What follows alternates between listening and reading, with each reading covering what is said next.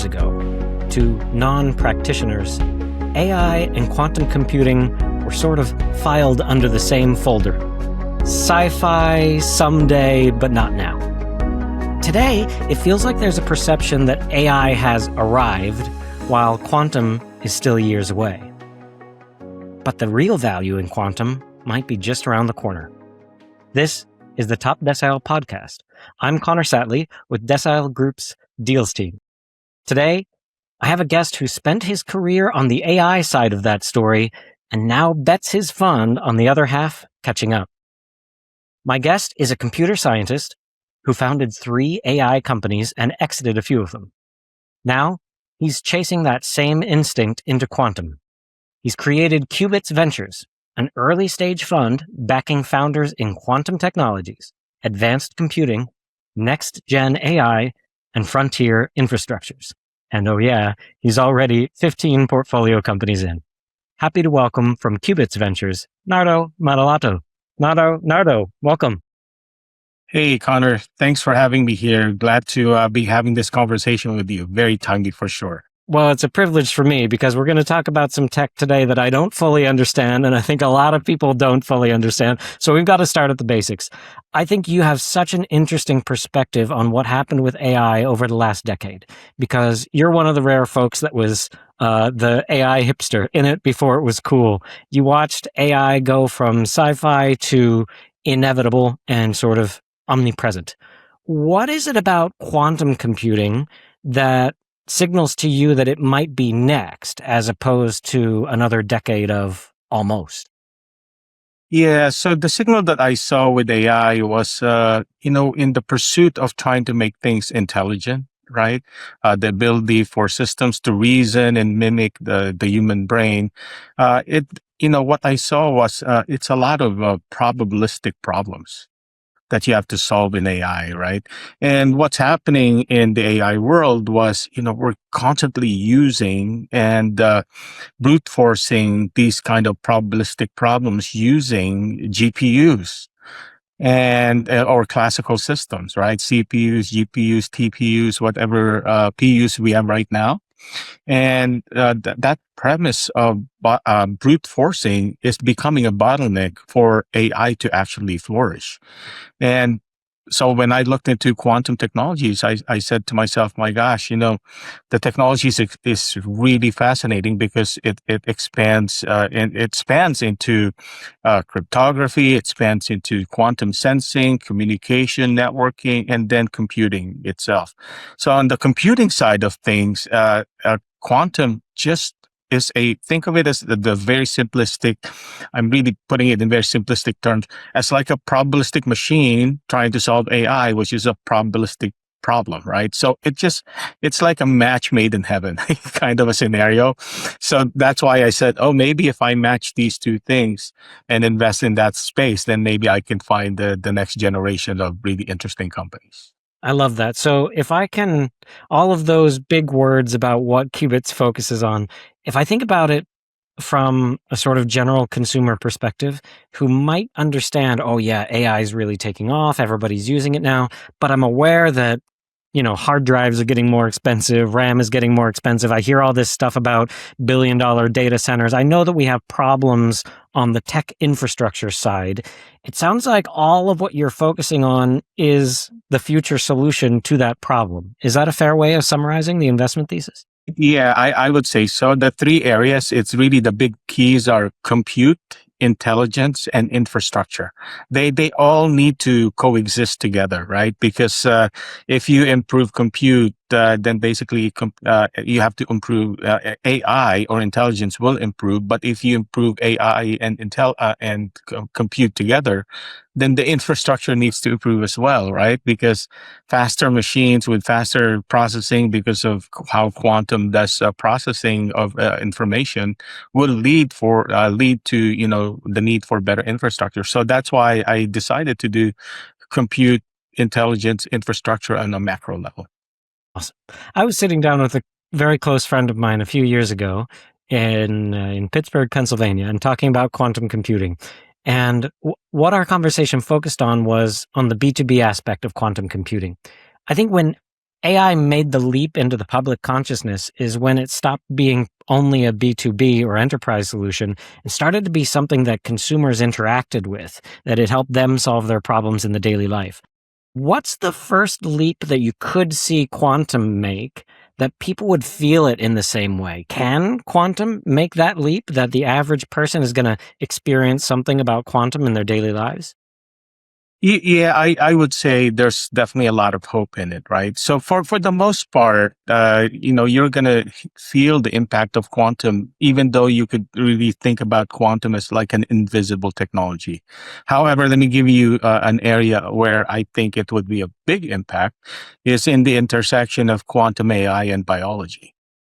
Right. So I think the next generation of biotech companies and medical devices will be quantum enabled because there are certain properties about quantum that is nature based, and biology, is nature. So the ability to interact with nature is much better using quantum sensing, quantum mechanical properties of, different particles like photons and electrons and things like that. So I can see companies that basically creates new generation of devices that would have really interesting properties, right? So I can give you a couple of examples. One example is, a portfolio company that I did invest in, and they've created a quantum device which captures vibrational frequency data inside of cells. So that vibrational frequency data is data set we have never seen ever in healthcare, in pharma, in life sciences. And that data set could be used for drug discovery, for looking at diagnostic and also looking at therapeutics and, the whole drug discovery aspect of it and personalized medicine or precision medicine aspect of it would be a good impact as well. Another one would be a company that also have a similar device, and they're capturing low light emission inside of cells. And what that means is, cells have light emission patterns. And if you can determine the light emission patterns of, early stage cancer, then you can diagnose cancer at a very early stage when it's not deadly. So I could see a lot of hope here in these kind of devices, and I think we're going to see more. And this is an area that I'm actively investing. Yeah, that's so cool. And I can imagine how that would touch the lives of potentially millions of people the minute it starts being used to cure diseases and develop new treatments, right? Suddenly people's lives are being touched by it. So I could definitely envisage where that leap comes from. You mentioned a few specific deals and both sort of in biotech. Would you say biotech is one of the most, biopharma, drug development is one of the most promising fields coming up? Or are there other verticals that really jump out to you where quantum and next gen AI could really take a leap in the next few years? Yeah, biotech, healthcare, this area is going to be a big impact. It's one of probably the top three. Another one is finance and banking. Would be impacted as well, right? So if you take a look at, some of the payment systems that we have, they're actually not that overly secure. So the need for quantum cryptography needs to creep in and things like that. The need for quantum technologies from, let's say, algorithmic perspective to create better fraud detection, portfolio analysis, and risk analysis. All of this stuff will impact finance and banking. I think the other aspect of it is this whole area of digital currency, the bitcoins, the Bitcoin mining. This area is also going to be severely impacted by quantum technologies in itself. Quantum can protect and quantum can destroy in many respects because of the ability to break encryption capabilities. But the good thing is quantum can protect as well. So a lot of movement towards protecting our finance and banking systems and our blockchain and payment systems and Bitcoin mining are starting to creep up. I imagine when you've made these 15 investments, these portfolio companies that Qubits has already found, when you present yourself as a founder who's actually exited in this field, who's built something and seen it go all the way to exit, that must be a pretty comforting thing for founders to hear and quite a value add, right? Can you talk a little bit about what it means to be a VC who's got that founder experience? on their CV already. Yeah. So, the good thing about that is I have ran through the pain, right? So, and I understand them a bit more. And I think the empathetic view of what they go through, they actually go through much worse than I did, right? Because I was all software play. I was still in the early stage of AI, and I understand the pain of being early. And so they can see that because of that understanding, I'm able to do a lot of value added things as a BC. I connect them to the right people. I connect them to the right networks. I basically counsel them on areas that sometimes there are points that they just want to give up. And I basically say what normally happens in startup is never about just the best product or the best science or the best technology. It's about the persistence and trying to go through the process and just kind of just being there until you get the timing right, and everything clicks and you get the customer right and all of that, right? And So dumb luck, everything, right? yeah, yeah, and there's a lot there, and many of them are. Many of the founders that I have are scientists, quantum physicists, a professor that has a lab in universities, and they're not built for business. And basically, you have to kind of walk them through and give them the right connection and people to make things happen. You always know when you're talking to a founder because they mention pain, difficulty, not giving up, or knowing when to give up. This is always the founder's story, right? And I guess in a sector like quantum, especially where you're dealing with hardware, the timelines on these projects have to be for years and years. So in these days, when we're looking at AI wrappers, it's all about customer ROI. Can you prove that whatever you're building, this little AI app or something, is generating some value for somebody? But there we're still in the B2B SaaS world. So what are the early signals for something like quantum hardware, for example, that show that the market is interested? What do you look for in those early stage founders? Yeah, so let me just first of all expand the thinking on quantum. So a lot of people look at quantum as if it's only computing. Right. So if you have a view of just computing, then you're going to say, okay, similar to how Jensen looked at it and said, oh, maybe it's about 10, 15 years away. Right. So from a computing point of view, it's actually much closer than that. However, if you look at it with the lens of technologies where you're looking at cryptography, sensing, communications, network, and all of that, there are actually early companies that you could bet on already, which I have, right? So, for example, quantum cryptography. NIST, our standards body on these encryption standards for quantum, they already support 3 or 4 different quantum encryption capabilities for quantum safe encryption, right? And you could use that to basically build your own PQC software. You could build that to build your digital signature company, and so on and so forth. So that's happening already. So I've invested in a couple of companies in the quantum safe network space, which their product is already in production. I've also invested in a quantum VPN company. So that is already in production as well. And then there's also what we call, this area I love a lot, is quantum sensing. And you already have quantum sensors that are already out there, magnetometers, gravimeters. These are sensors that are already out there that you can build on top of. If you are building the application on top of existing quantum technologies, then yes, you can do that. However, to build the quantum sensor, the story behind that is probably like 8 to 10 years of trying to build the science behind it, right? So the science and the research and all of that, there's a background if you hear the founder talk about their story. So yes, we're hearing the ability to build on top, but what makes a valuable company is those that really build the science around the sensors and build the actual sensors themselves, as opposed to the application. We've been falling victim to our temptation to talk about science and technology and deals, which is the fun part of everything that we do. But then when you start a VC fund, there's also the fundraising side. So can you go back in time for us? Walk us through the initial steps of Qubits. What made you decide to start a fund in the first place? And who were your first kind of LPs that you reached out to that joined you in this journey?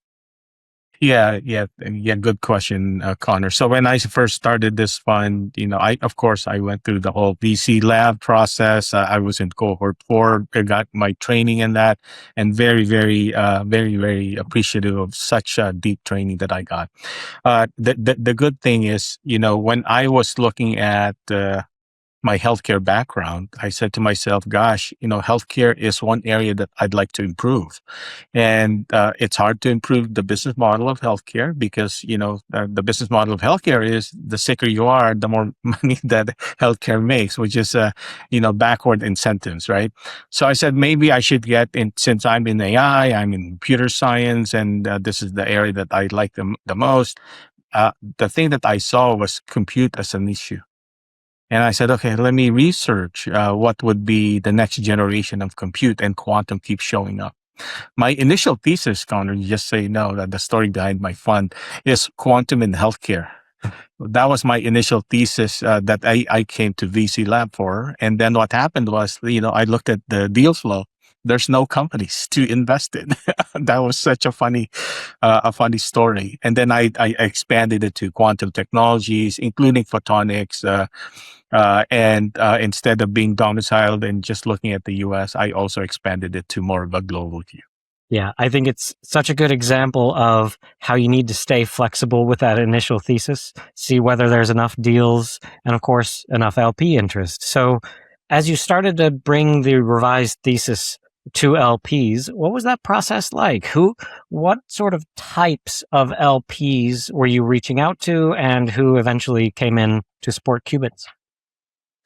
Yeah, the good thing about emerging tech is a very exciting field. The bad thing about emerging tech is there's a lot of education and awareness you need to do, right? So if you take a look at when I started talking to a lot of potential LPs, even though these are people that are in the technological areas, I have a lot of LPs that are tech people, executives in the tech space. And even the word quantum is something that they've never heard of, right? So it's one concept and one word that basically became a little bit of a blocker in many sense because not many people are aware of it. Not many people are thinking that they're thinking even if they are aware of the word that they're thinking it is like Star Trek, right, or the Matrix or something like that. So there was a lot of education I needed to do, and I needed to tell them what's the impact of that. And they didn't even know things like, how could it be applied? What's the background on it? What was the science behind it? What was the history of that? And there are already big tech companies already working on it. What's the traction on the market on any of these things? And everything that I'm saying is all early traction. So definitely, the LPs that I have needs to be, needs to bet on the future. And I have a lot of those LPs that have done that. I have several family offices that have done that. Now I'm moving on to the second fund, and now I am trying to capture more on the corporate side, the family office side, and of course the individual side as well. Walk me through how that scales. When you are bringing in LPs that maybe they think about something like a sci-fi concept, maybe they're not even LPs in a VC fund yet. Talk to me a little bit about that dual education role that you have, not just on the quantum and AI side, where you educate them about, hey, this isn't sci-fi, it's real, but also on the LP perspective, on what it means to invest in a fund as opposed to angel investing project by project. Yeah, it's actually pretty helpful for me to always talk about portfolio-based investing because especially in the early stage, right?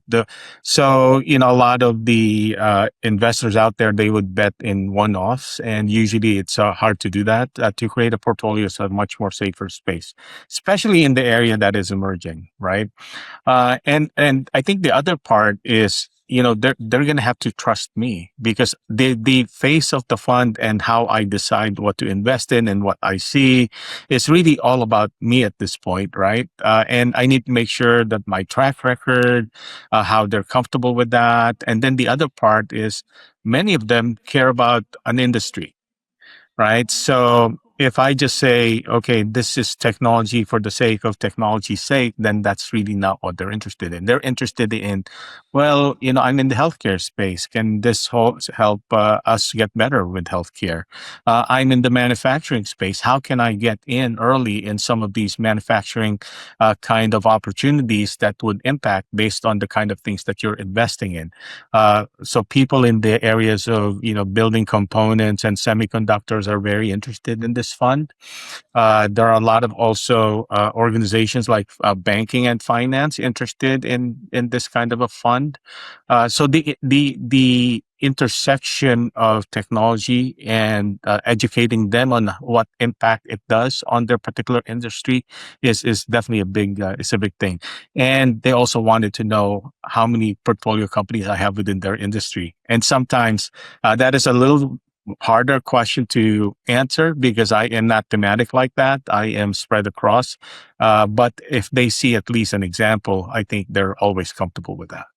Awesome. And last, it's a question that I ask on a few of the podcast episodes with folks who have already deployed. Of course, you're still early on this journey as an enduring venture fund, as an enduring venture firm.